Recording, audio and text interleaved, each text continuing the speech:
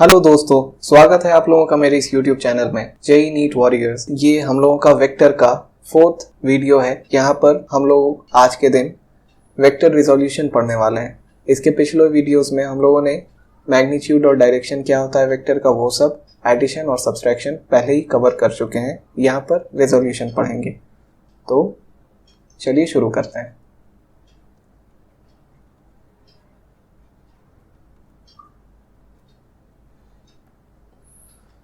मैंने क्या कहा था पहले ही कि वेक्टर को हम लोग दो तरीके से डिनोट कर सकते हैं, है ना।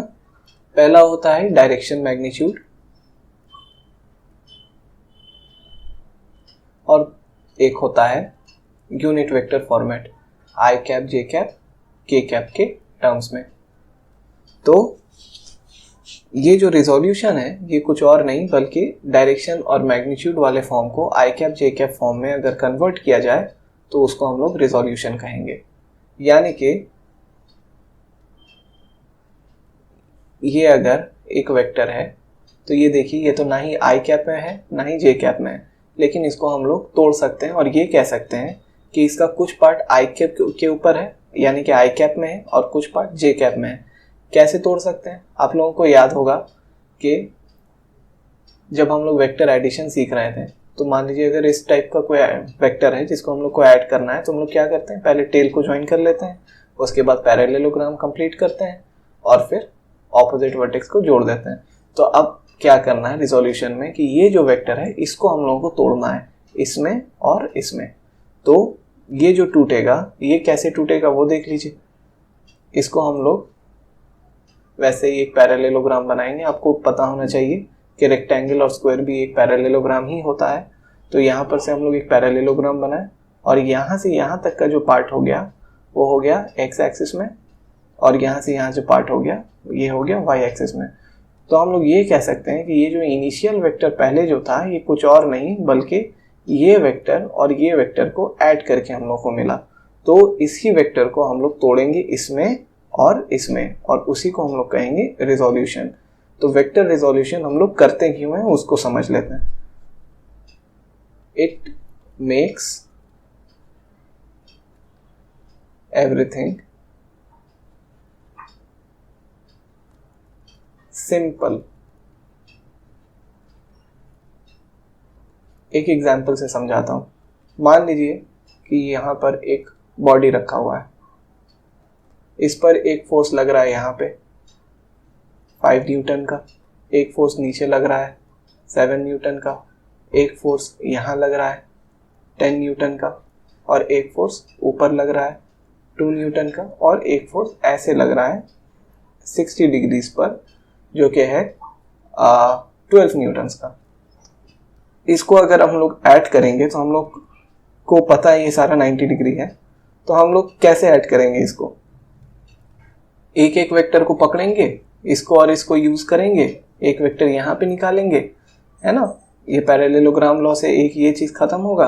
तो फिर हम लोगों के पास बच जाएगा क्या, ये और ये, है ना। फिर हम लोग क्या करेंगे, कोई भी दो वेक्टर को पकड़ेंगे, मान लीजिए इन दोनों को पकड़ लिया तो एक पैरेललोग्राम बनाएंगे और फिर ये वेक्टर हो जाएगा उसकी जगह में ये वाला वेक्टर, तो ये वाला और ये वाला हट जाएगा तो और सिंपल हो जाएगा। ये बन जाएगा ये ऐसा और फिर ये ऐसा। अब हम लोग को क्या करना होगा, फिर दो वेक्टर को हम लोग पकड़ेंगे, मान लीजिए इन दोनों को पकड़ रहे हैं तो क्या करेंगे, एक पैरेललोग्राम बनाएंगे और फिर एक वेक्टर ये बनाएंगे। तो हम लोगों के पास क्या बन जाएगा, ये वेक्टर और ये वेक्टर। अब फिर क्या होगा कि इसको और इसको हम लोग सॉल्व करेंगे तो फिर हम लोगों को क्या मिलेगा, ये वेक्टर। तो फाइनली हम लोग के पास जो आएगा रिजल्टेंट वेक्टर वो होगा ये। तो कितना सारा स्टेप्स हो गया देख लीजिए। पहला स्टेप यहाँ, दूसरा स्टेप यहाँ, तीसरा स्टेप यहाँ, चौथा स्टेप यहाँ और पांचवा स्टेप यहाँ।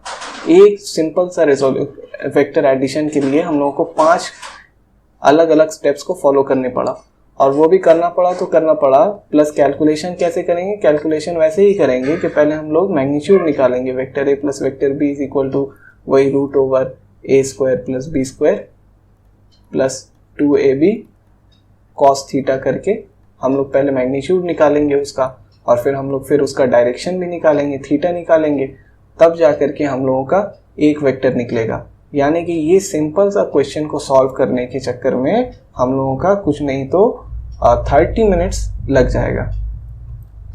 तो इसीलिए इस चीज को जिससे कि सिंप्लीफाई किया जा सके तो हम लोग आई कैप जे कैप फॉर्मेट में यूज करते हैं।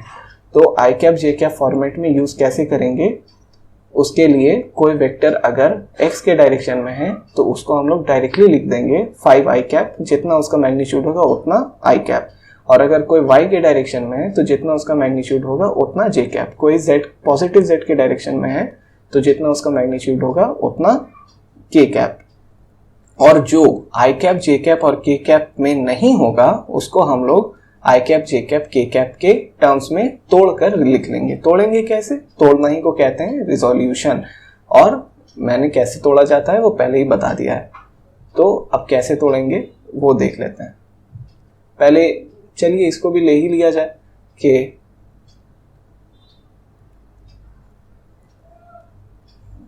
ऑन एक्सिस अगर कुछ हुआ तो उसको आई कैप जे कैप में कैसे लिखेंगे। मान लीजिए ये 5 न्यूटन है और ये 10 न्यूटन है, तो अगर हम लोग फोर्स टोटल बोलना चाह रहे हैं तो वो कितना हो जाएगा।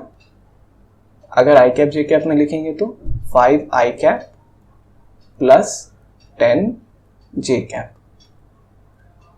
ठीक है, तो ये इस तरीके से आई कैप जे कैप फॉर्मेट को यूज किया जाता है। मान लीजिए कि एक पॉजिटिव z डायरेक्शन में भी कोई फोर्स है 5 न्यूटन का, यहाँ पर एक है 10 न्यूटन का और यहाँ पर एक है 3 न्यूटन का। तो हम लोग कैसे लिखेंगे, हम लोग ऐसे लिखेंगे कि फोर्स हो जाएगा, ये जो इन तीनों को मिलाकर जो फोर्स हो रहा है वो हो रहा है कितना, -3 आई कैप। -3 आई कैप क्यों, क्योंकि ये तो पॉजिटिव डायरेक्शन है तो ये नेगेटिव डायरेक्शन हो गया। तो -3 आई कैप प्लस 10 जे कैप प्लस 5 के कैप, इस तरीके से लिखा जाता है।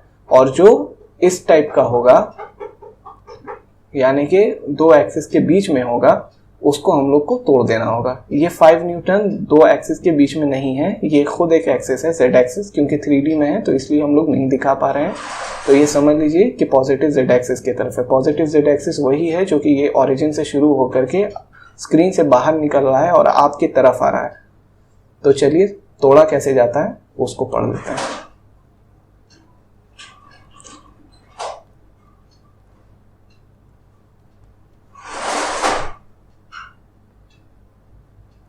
ये वेक्टर है, इसको हम लोगों को तोड़ना है। मान लीजिए इसका मैग्नीट्यूड 10 है। हम लोगों को कोई एक एंगल पता रहेगा, या तो ये एंगल हम लोगों को पता रहेगा और नहीं तो ये एंगल हम लोग को पता रहेगा। अब ये 10 जो होगा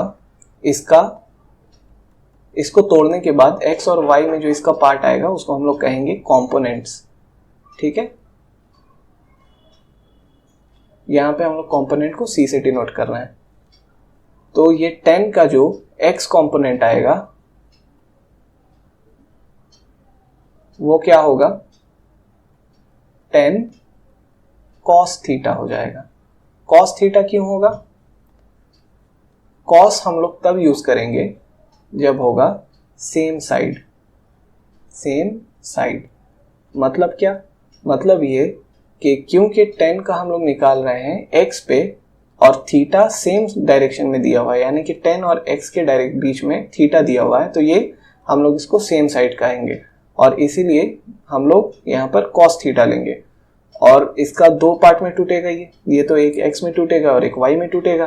तो ये जो x वाला पार्ट हो गया x कॉम्पोनेंट वो ये निकल गया 10 cos थीटा, और जो y कॉम्पोनेंट होगा वो क्या हो जाएगा 10 sin थीटा। sin थीटा क्यों, sin थीटा हम लोग तब यूज करेंगे जब अदर साइड होगा, यानी कि जिस डायरेक्शन में थीटा दिया हुआ है उसके दूसरे वाले साइड का एक्सिस पे उसका कंपोनेंट। तो यहाँ पर एक बार फिर कह दे रहा हूँ, यहाँ पर 10 और x के बीच में थीटा था, तो इसीलिए जब x पे हम लोग कंपोनेंट निकालें तो cos थीटा यूज किए, ये सेम साइड कहा गया। और 10 और y के बीच में क्योंकि यहाँ पर कोई एंगल नहीं दिया हुआ है तो हम लोग क्या करेंगे, ये थीटा ही को यूज करेंगे और y पे जो इसका कंपोनेंट होगा वो होगा sin थीटा।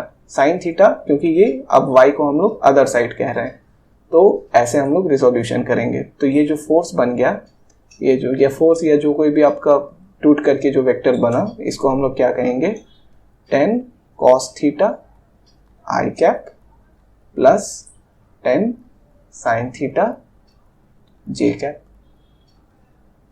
ठीक है, ऐसे ही होता है रिजोल्यूशन। अब देखिए इससे सिंप्लीफाई कैसे हो गया।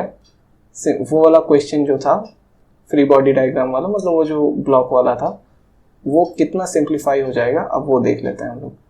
मान लीजिए ये वही क्वेश्चन कर रहे हैं, ये एक फोर्स है, यहाँ पर हम लोगों को लग रहा है 10 न्यूटन, यहाँ पर हम लोगों को लग रहा है 5 न्यूटन, यहाँ पे हम लोगों को लग रहा है 5 न्यूटन, ऊपर एक है 3 न्यूटन, और ये यहाँ से 60 डिग्री बनाते हुए 20 न्यूटन का एक फोर्स है। तो अब देखिए इसको सॉल्व कैसे किया जाएगा। इजीएस्ट सॉल्यूशन जो कि 2 सेकंड में हो जाएगा, वो कैसा है उसको देखिए। हम लोग क्या करेंगे, नेट फोर्स लिखेंगे। नेट फोर्स क्या है, पहले हम लोग लिख रहे हैं 10 को, तो ये देखिए 10 आई कैप के साइड में, यानी कि पॉजिटिव एक्स के साइड में, तो 10 आई कैप हो गया। फिर चलिए इसको लिख लेते हैं, ये क्या हो गया, -5 जे कैप हो गया। चलिए अब इसको लिखेंगे, ये क्या हो जाएगा, +3 जे कैप हो जाएगा। जे कैप क्यों, क्योंकि y के डायरेक्शन में। अब इसको लिख लेते हैं, ये क्या हो गया, ये -5 आई कैप हो गया। अब हम लोग लिखेंगे इसको, तो इसको तो डायरेक्ट लिख नहीं पाएंगे, तो इसको हम लोग साइड में रिजॉल्व कर लेंगे। कैसे रिजॉल्व करेंगे, पता है ये 20 न्यूटन का है और ये पता है कि ये 60 डिग्री है, तो इसको हम लोग जब तोड़ेंगे तो इस डायरेक्शन में जो इसका कंपोनेंट आएगा वो क्या आ जाएगा, 20 cos 60 डिग्री, और इस डायरेक्शन में जो इसका आ जाएगा वो क्या आ जाएगा, 20 sin 60 डिग्री। तो ये जो हो गया रिजोल्यूशन करके जो मिला हम लोगों को, वो क्या हो गया, 20 cos 60 यानी कि 1/2 आई कैप प्लस 20 sin 60 डिग्री यानी कि √3/2 जे कैप, यानी कि 10 आई कैप प्लस 10 √3 जे कैप। तो अब देखिए हम लोग यहाँ पर इतना दूर तक तो लिख दिए थे, अब ये 20 को जो लिखना था उसको हम लोगों ने आई कैप जे कैप में तोड़ दिया है, तो अब इसको भी डायरेक्ट लिख देंगे, 10 आई कैप प्लस 10 √3 जे कैप। अब इसको आई कैप को आई कैप में जोड़ेंगे, जे कैप को जे कैप में जोड़ेंगे, और जो नेट आएगा वो हम लोग का आंसर हो जाएगा, यानी कि 10 + 10 ये हो गया 20 - 5 आपका आ जाएगा 15 आई कैप प्लस 10 √3 -2 जे कैप। ये हो गया हम लोगों का आंसर। तो ये बहुत जल्दी हो गया, ये फोर्स हम लोग का निकल गया। और इसी को अगर हम लोग मैग्नीट्यूड फॉर्म में निकालते हैं तो उसको हम लोग को करने में कितना टाइम लग रहा था, कुछ नहीं तो 0.5 आवर्स, मतलब आधा घंटा लग रहा था, और ये हम लोग का हो गया 2 मिनट में। तो ये वाला तरीका अच्छा है और ज़्यादा अच्छा है। अब नेक्स्ट टॉपिक में हम लोग पढ़ेंगे मैग्नीट्यूड कैसे निकाला जाता है आई कैप जे कैप फॉर्मेट से देख करके, और डायरेक्शन कैसे निकाला जाता है, और इसके अलावा भी कुछ चीज़ें बचे हुए हैं। तो अगर आपको हम लोगों का वीडियो अच्छा लगा हो तो प्लीज़ लाइक एंड सब्सक्राइब करें और जुड़े रहें हम लोगों के साथ अगले वीडियोस के लिए। तब तक के लिए गुड बाय।